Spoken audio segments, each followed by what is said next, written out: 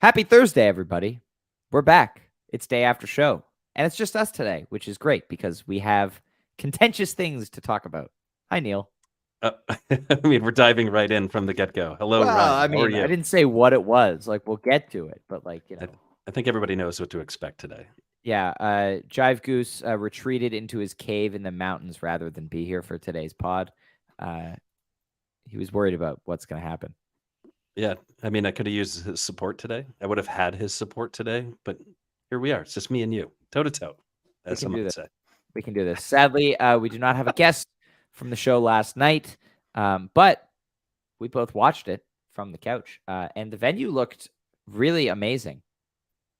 The venue did look amazing. I didn't realize such things existed in Salt Lake City, Utah, only because I've never actually been to Salt Lake City, Utah. So, Fair enough. but I mean, that venue is killer, and Yeah. I wish I had realized that such a venue existed. I would have really seriously considered going there. But I think we are on a stretch of runs or shows at these incredible venues, right? So we have Hmm. Kettle House coming up, we have Spokane coming up. I mean, shoot, I would do anything to go just look straight up at Spokane and like not even see any live music. Have you seen pictures of this place? I haven't yet. I know I know where the Kettle House is, and that place is beautiful. I haven't seen the Spokane venue yet. So the Spokane venue, not necessarily like a picturesque location like Red Butte or what is that, Missoula, I guess is where the Yeah. Kettle House is. But um, this place has like basically like a light show built into the venue. It's like I mean, it's incredible. I'll send you a picture after. If you're listening right now, go look at a picture of this. It's going to be awesome. Yeah. Like I'm looking it's forward to going to seeing be what that looks kind like. of like thinking about Chrysalis.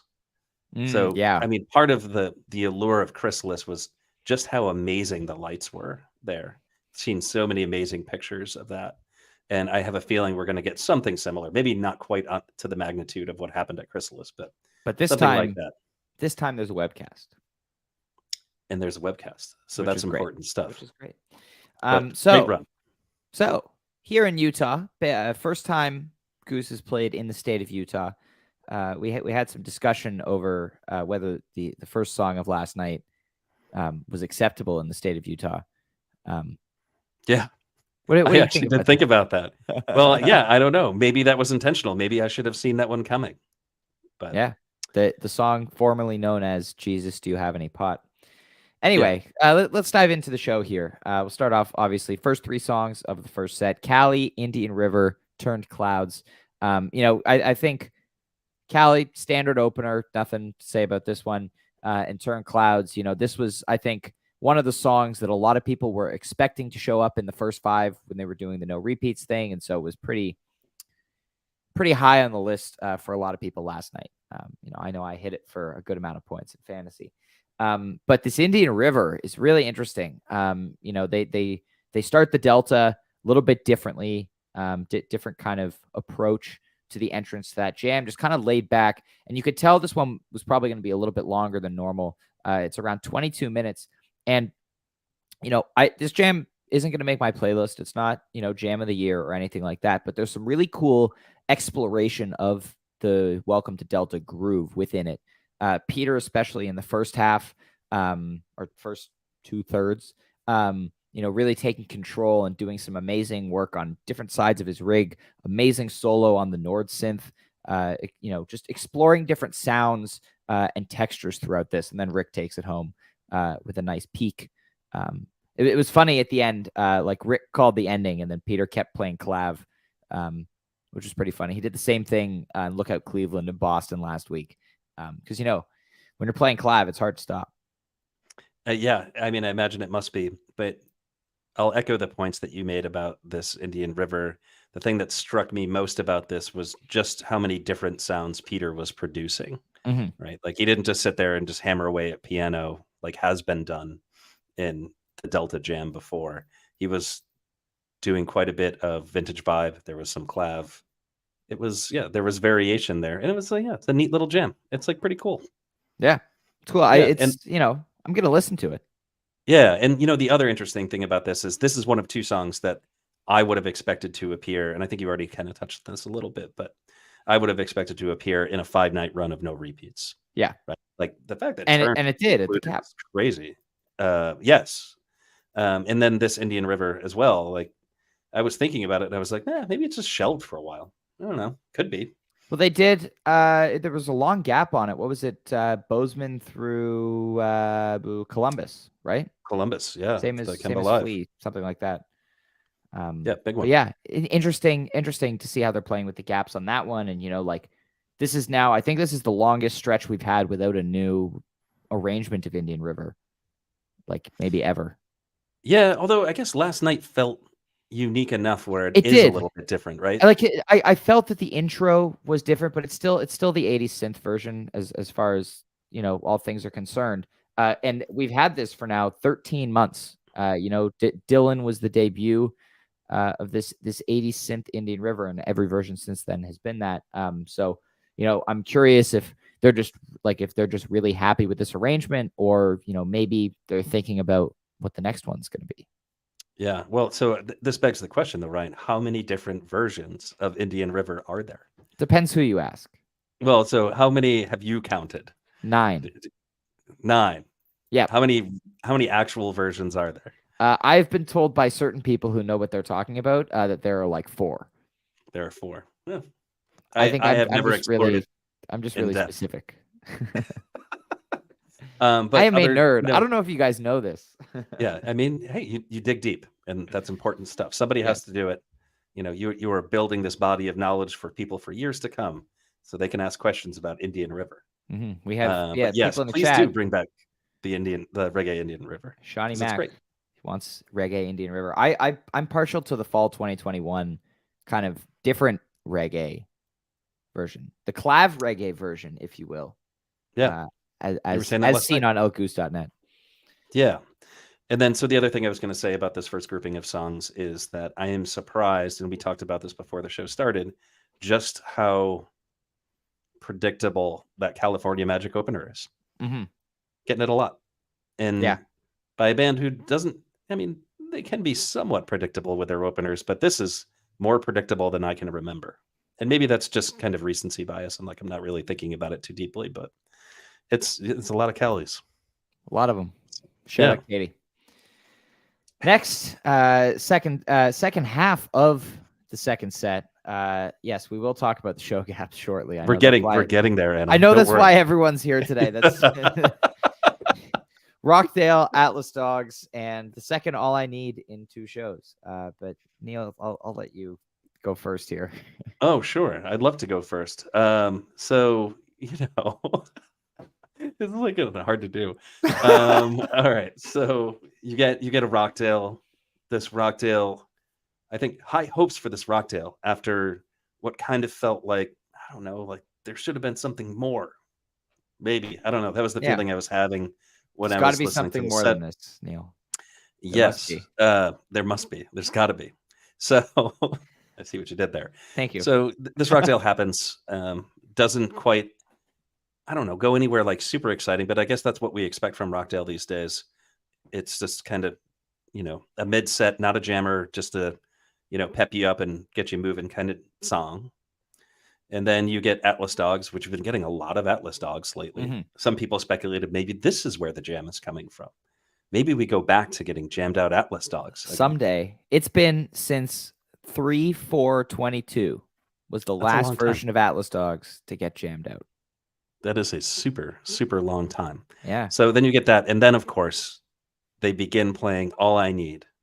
For the first time since the last time they played. 0 shows had been played since the last time they had played this. Yes. And then everybody was expecting, this is the one. This is the one. We're going to get the big jam. They're going to kind of, give us what we've been starving for this whole set. And then it was like about 12 minutes. So yeah, it was, and they've been finding some cool themes in these shorter All I Needs. The Milwaukee one was still 18 minutes, but they're finding these cool darker themes in All I Need so far this tour, but not fully exploring it. Like we've had bits and pieces of like, wow, like that 45 seconds in that jam, it's really dark, really evil, really amazing. And so we just need them to commit to that for like 15 minutes. That'd be great. Shawnee Mac asking about the indie groove version of Atlas Dogs. I think most of us on this podcast have gone on record saying that we much prefer the original version. I think that's right. I think, and the reason why I say that though is because I attached the original version to some of these excellent versions that they played when the song was first introduced. Right. And but you yourself said at one point, and I want to say this was last summer, that Goose needs more 5-minute songs. Yes. And to some degree or another, I agree with you. I just don't want all of them in the same set. Right. Exactly. And these songs weren't, obviously Atlas Dogs was the shortest one of the set. But like, you don't want all the first setty songs in the same first set. Spread them out. Share the love. Give Salt Lake City a Cali. Give Missoula and Atlas Dogs. You don't need it all there. I think this whole show, and we're going to get to this later, kind of centers around this big jam looming. Yes, and there's a whole story behind that we're going to get to. Yes, thank you, Came to Play, for reminding us what we already know, that Animal should be 5 minutes. I agree with that now. I didn't agree with it before. I think I have disagreed with you. I told you on this podcast before. As soon as they jammed it the first time, I was like, this is not how Animal should be. Radio City is my definitive Animal. I don't think I disagree with you there. I think I'm starting to get on board with this fully. But, sometimes you like a good dance party, but I think you can dance for 5 minutes. You can dance for 5 minutes, and then they can play that, and then you can really dance. Exactly. Thank you. Yes. Thank you. And getting to this, All I Need with a 1 show gap here, pretty crazy. It had been 1 show since the last time they played it. It was 1 show ago. It was 1 show ago. I agree that it was 1 show ago, but let's so help me out here. But the definition of show gap, not the Oxford Dictionary definition of the word gap, show gap. Yes. I am right. Well, by the definition of show gap, I am correct. Here's the funny thing. Okay. Just going over some things. So yes. On September 17th, 2023, Goose played at Miller High Life Theater. Yep. And then the very next show, show later, the very next one show later. Would you say 1 show later? I think in common speech, you would say 1 show later. But if you asked somebody how many shows had been played in between, they would say, well, clearly no shows were played in between. There was no show in Nebraska. There was no show in Wyoming. It was Milwaukee and then Utah. Yep. 0 shows were played in between. But correct. Hey, I think the internet agrees with me on this. There are many people who agree with me. There's the echo chamber within your house that gets interrupted by your own mother. I mean, we could go on all day about this. I know Anna was here just to hear this conversation, but well, I just want to say there are other people who agree with me. Yes, whose opinions carry lots of weight. John Caruso. These issues. John, I'm quitting the EGT now. I feel betrayed. I'm just kidding. So thank you, John. Thank you for coming, John. Okay, it's 1 show ago. Like 1 show ago. If they play it twice in the same show, how is that? Like, is that also a 0 gap? Keep coming back to that point, but and it's true. If they sandwich All I Need, what is the gap on All I Need? There is 0. No gap. It doesn't exist because no show had been played between. Correct. That's 0. That's what 0 means. Oh man, we're never actually going to solve this. No, we're not, on because like neither year of us 20 are of recording this thing, and this is why it would have been great if Jive was here today. I could have used his support. Well, I'd like to point out that there's nobody on Always Almost There who actually agrees with you on this. Okay, it doesn't matter. It doesn't make me wrong. In any case, thank you, Came to Play. I agree. I too hate Goose. They did this actually. They played All I Need last night just so we would bicker about it on the pod. Like that is exactly why they did it. They wanted to expose the Canadian math. Yeah. All right. Well, anyway, pretty short set break last night. That was incredibly short. In fact, I said to myself, "I'm going to bed. I've had enough. Like I'm just going to listen to this whole set tomorrow." And right as I was like getting up to go to bed, they started playing music again, and I was like, well, I guess I have to listen to this whole thing now. And I'm glad that I did, because the way this second set starts is kind of amazing. I think probably what happened here is they took a look at that weather forecast and they were like, this does not look good. We definitely need to get back out there and play some music, or else we're going to completely like hose these people. So to them, like hose in the negative sense, not like as in the hose. So yeah, so thank you to them. That's like a professional move. I think this band gets a lot of negative comments about their professionalism on when they, you know, when they take the stage and when they leave the stage and how they do these things. But this actually, reading between the lines, they got out there early so they could play music for people before they had to run off the stage. Yeah. And yeah, I would just like to address no, Neil did not go to bed. Neil loves to say that when the show has a late start time, he loves to be all, like Vickers and RJ and all these other responsible people who go to bed before the show starts. But no, and then suddenly it's 1:30 in the morning and Neil's like, "Oh, this jam is sick."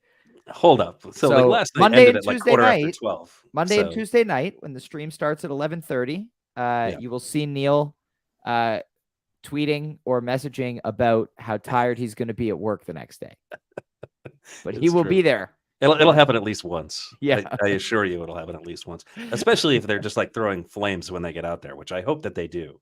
I think after this show, they've got some energy built up. Yeah. Well, let's talk about the second set here. Let's start with the half step. This is a hell of a half step. The longest one they've ever played.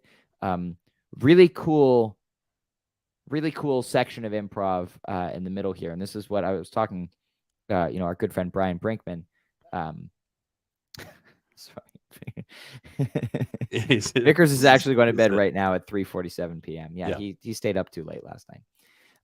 Half step. I was talking to our good friend Brian Brinkman about how, we're looking for more democratic jamming from Goose right now. And we've seen bits and pieces of that. But a lot of the jams have been like, Rick leading the way and peaking, which I love. And I enjoy those jams very much. But the democratic ones, sometimes some of the stuff you get when it's dual guitar Goose, I feel like it crops up more often than when Peter's on keys. No, Brinkman is not paying us for every name drop. He's just injecting takes into our podcast when we start talking about democratic jams. That is so Brinkman-esque. So yeah. I'm glad that you brought this up. Yeah, that's the payback there. Anna, thank you for reminding us. They did talk about Trevor Bass before the set and sports. They talked about sports, and that was one of the things that I wanted to bring up. Sorry, Neil. Which is amazing. That's like a Ryan Storm shout out right there if I've ever heard one. Which is like, do you guys like sports? And then the amazing part is like somebody in the crowd was like, no, which Peter recorded. And I was like, oh, maybe Ryan Storm was there, because that would be your response. But in any case, I thought I probably would have gone, woo. Just, and like the most Jeb thing ever. Like, how does that even come to mind? Like, Jeb. I'm sitting here on a stage in front of a few thousand people. Like, what should I say? You guys like sports? He once asked where in the crowd I was when there was zero chance that he was going to be able to see me in a crowd of 12,000 people. If he just jumped up and down and waved, you would have seen you. Every single person put their hands up. Like, anyway, Neil, well, I was pointing to where you were from where I was. So do you want to talk about? I'm sorry, where's Jen? Do you want to talk about this half step? I do want to talk about. We shouldn't be allowed to podcast just the two of us anymore. Yeah, this is ridiculous. Thank you, everybody who's sticking with us on this. Yeah, man. But yes, this half step's very good. I mean, I don't know where it stands and things, but what I do kind of put this jam alongside is the Rosewood Heart. Sorry, excuse me. I stayed up late last night. Can you tell? So alongside the Rosewood Heart that they played at Borderlands, I think the kind of second section of jam that comes at the end here really reminds me of the other one. And this is a style of jamming that I think is interesting. And I'm glad that you provided the vocabulary, or Brinkman. So thanks, Brian. But like this democratic jamming, which is an interesting word to describe what that was. Because really, that is what it is. It was a kind of full group effort. Certainly that was the case with the Rosewood Heart that they played at Borderlands. And then, there is this one as well. The second part, I think there is a very distinctly Goose half-step jam that comes before this. Mm-hmm. But I love this. It sounded, to me, last night I was saying it sounded like Goose is like a 70s rock band all of a sudden. Like they were like a little bit Grateful Dead-ish. And then there was like people kind of throwing other things in there, like sounds maybe a little bit like the Allman Brothers. And like, not a complete spot on comparison, but I would agree with the vibe. Hundred It percent. And it, wasn't it really, got yeah, it got way out there. And I was thinking to myself, like, I know they're gonna come back around and finish it because Half Step is not a song that they leave unfinished. But I think it would have served this song better, honestly, if they hadn't forced the ending back in. That's my opinion. I felt like, sometimes Rick likes to do the and then hit the yeah, peak and return to the song. And I feel like, I've talked about this sometimes, like leave songs unfinished sometimes. Don't be afraid to. And they've done that with Arrow a bunch recently. Echo just had the second unfinished version ever. You don't always need to come back to the song. Obviously, there are exceptions like Mist. But this jam, I felt like would have been better served if it had come to a natural ending without, kind of forcing its way back into the ending of Half Step. What do you think about that? yeah. I mean, I'm indifferent to this. I think the band has historically kind of forced themselves back into songs. We can name a bunch right off the top of our heads, Sure. where they like kind of just jam back in and A like, Rhyme and Rosewood. yeah. And I mean, well, that's like a perfect example. It's just like let that one go. I mean, that's some weird shit. Yeah. And like just keep doing it. Like there's no need to return to what it was. And I absolutely love that Rosewood. I think there's you know maybe a minute and a half of that Rosewood, which might be my favorite jamming that they've done in all of 2023 because it's just so weird and angular. And Do you like Rosewood, Neil? I do, but like the interesting thing about that Rosewood is that it's not very Rosewood esque. It goes to a completely different dimension Mhm. of improv that I just think is awesome. It's not the kind of thing I would want to listen to for a half an hour straight. Let me be clear about that. But it is truly impressive improv. Yeah. And that's Anyway, not really the kind of thing that happens in Rosewood typically. But in any case, we're right. talking about this show. Anyway, yeah, Um, that was, almost 6 months ago or however long. yeah, But yeah. here we are in the second set in Utah. And we get Feel It Now, Everything Must Go, Slow Ready, and Don't Do It. Feel It Now, we've now got confirmation that like the different riffing that Rick was doing on it, or the kind of slightly different arrangement from Boston last week is in fact a slightly different arrangement and not Rick forgetting his part, which, we thought it may have been. Great mid-set slot for this. This is where this song thrives. After a big jam, keep the energy up. This is like, Jeff was on fire last night. I felt like he was playing a lot, energized by that new mini gong he was rocking. But Feel It Now obviously is Big Jeff song. And I forgot to mention in the first set, I noticed especially during Turn Clouds, there was a really strong element of percussion happening during the song, which I really enjoyed. So shout out to Jeb. Killed it last night. A lot of Jeb shoutouts. Maybe folks were curious. How could he continue after crushing 40 ounces of Miller High Lifes? And then 2 he gets days to off. Utah, 2 days off, and then he gets to Utah. I mean, it's barely beer that you can buy at the grocery store there. So, I mean, Jeb must have been hurting. Hopefully, somebody hooked them up. I don't know. But there were no 40s on stage last night. But No. there was a Stein of Schlitz, which is absolutely incredible. Have you seen this? Yeah. What? Yeah. Peter's Peter's Yeah. Schlitzstein, which is awesome. And I hope that stays on the. I'm going to guess that there was matcha in there based on Peter. I am certain there's matcha in there. I mean, well, maybe not. I don't know. Maybe Goose is just taking like a hard turn and they're going to be like the drive-by truckers and they're just going to like pass around a handle of Jack on stage and just go nuts. I don't know. But probably it's This matcha. isn't the Newport Blues Cafe. Yeah. This is not that. That's anyway. Sure. Coming out of that, Everything Must Go, which is settling very nicely into its role as second set jam vehicle. This is just like aggressive minor key groove, which is what this song is doing right now. And it's doing really, really well, like 14, 15 minutes every time. And this song is just the best. Like, I just feel like every time they play it, I fall more in love with the song itself. And I'm so excited for when they take that aggressive minor key groove and then take it somewhere else. And then it goes for 20 minutes. But man, I absolutely love Everything Must Go. I do too. I mean, every version seems to be better than the last. I don't know if this one's actually better than the last version, but it seems that way. Yeah, and I think we talked about this on the last episode. Goose seems to continually match the size of the venue that they go to. This was actually a step back in size in terms of capacity, but this has like a bigger venue vibe to it. I don't know. It just like fills a room so well. Somebody posted like a picture of the lights or a video of the lights, and it's just like it just feels good. It feels good in a second set, and I just love it.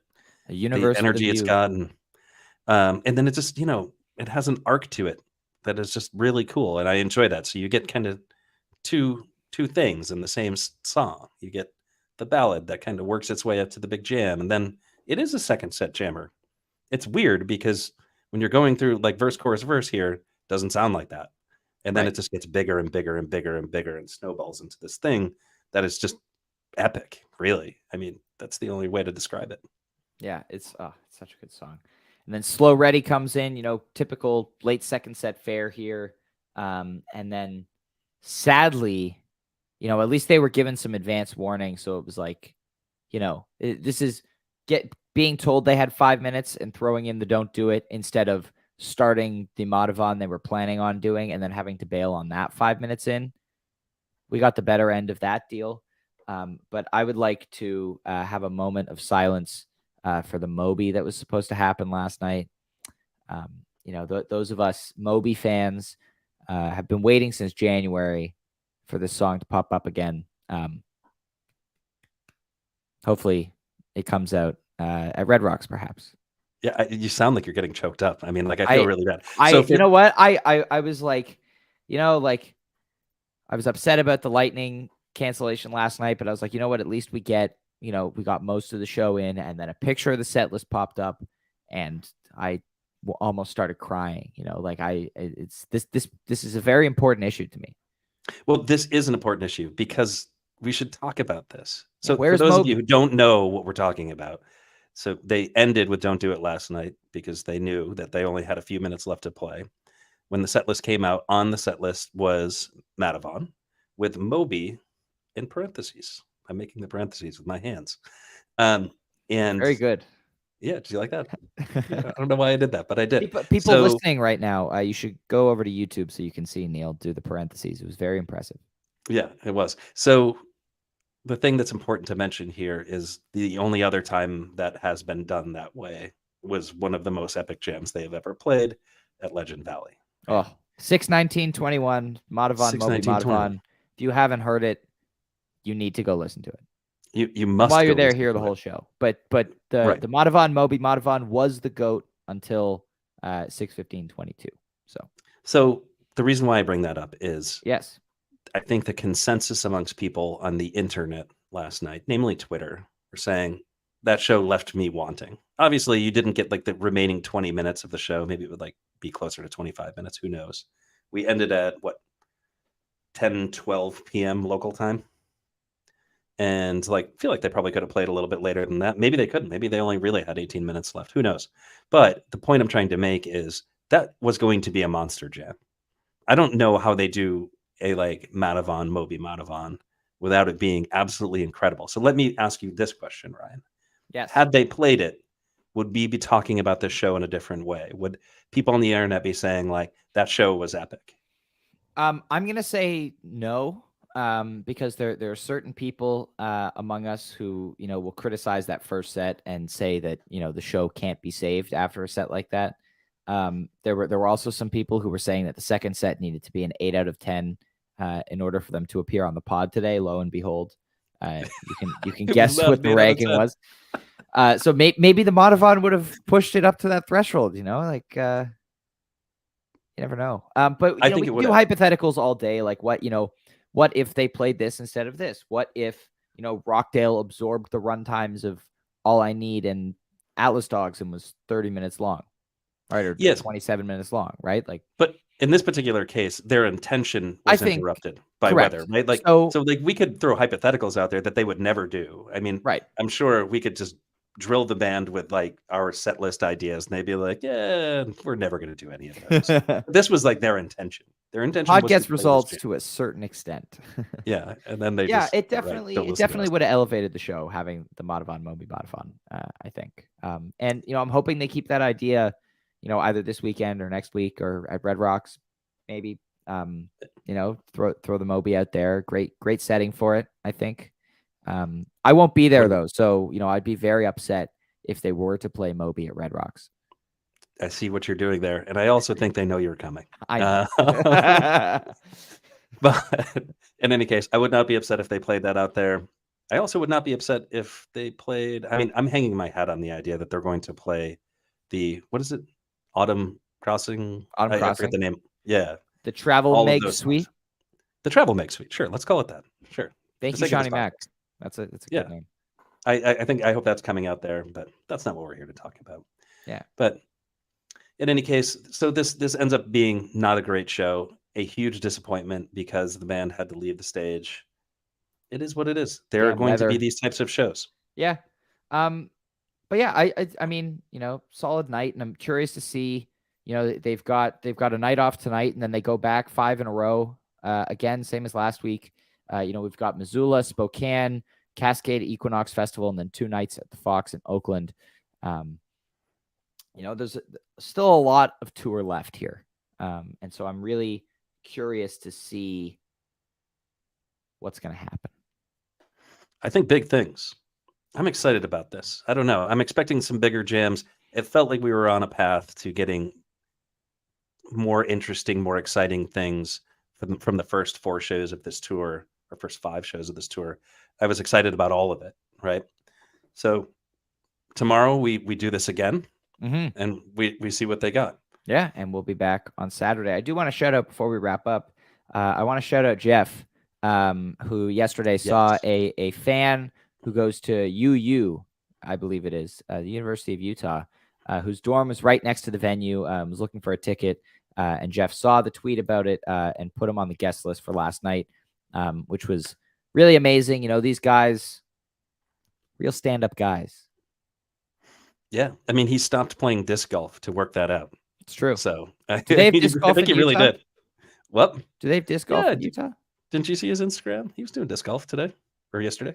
Oh, he was. Oh, I thought he was doing disc golf. A couple days. I mean, ago. I feel like he does it every day. Yeah, and he did spoil the Everything Must Go in a tweet yesterday. He tweeted a lyric from the song. So if you're looking for fantasy Goose tips, stay tuned to Jeff's Twitter feed throughout the day. I could have used them. I mean, I really could have used them. Did you not have Everything Must Go last night? I did not, because I was not going to cheat. But what I did have was I didn't Madhavan. cheat. I had Madhavan on my fantasy Goose. Speaking of fantasy Goose, I would like to put on record that I have passed my dad in the tour standings. He was very unhappy about that because he was enjoying being ahead of me for the first time ever. But I'm now ahead. So Big Rob Storm was at the top of that list for like a while. I know. I made up a lot of ground last night. I'm in 12th now, but I'm still ahead of you. I'm so far in the basement. That's okay. I might crawl out. I might not. We have learned that if you don't do well at the beginning of the tour, you are just screwed. But also, I feel like the tour really started last night. Like if you did well in Boston, you were ahead going into last night, right? Totally. Like Ryan does not cheat at Fantasy Goose. Anytime I have been in the proximity of any of the band members or anything before a show, they have asked me whether my picks are in. So I just want to say that. And I don't want to cheat. Yeah. I'm surprised that they care about fantasy. No, legitimately. Mostly Peter. But mostly Peter. Yeah, were Peter not in the band, he would be playing Fantasy Goose. I think we know that to be true. He'd probably be winning too. Yes, no doubt. Anyway. Alas. Anyway, I digress here. Thank you, everybody, for listening to Neil and I ramble for half an hour on this fine Thursday afternoon. Enjoy Couch Tour, or whether you're at the Kettle House tomorrow, have a good time, and we'll be back Saturday afternoon, 3:30 Eastern. We've got some guests, so don't worry. You don't have to deal with this again. I think this is a good episode. Actually, it is a good episode. It's just ridiculous. Yeah, and I think we were pretty good about the show gap debate. I would just like to leave it's the diagram that I made. Does this make sense to you now, Neil? I love that you brought visuals. Why didn't you bring that out earlier? Or did you just do that on the fly? I thought of it after we were done the debate, so I put it on this piece of paper. But here we go. This is a diagram to illustrate my point here, and I think it gets the point across pretty well. Oh my God. You're an absolutely ridiculous human being. Thank you very That's much. incredible.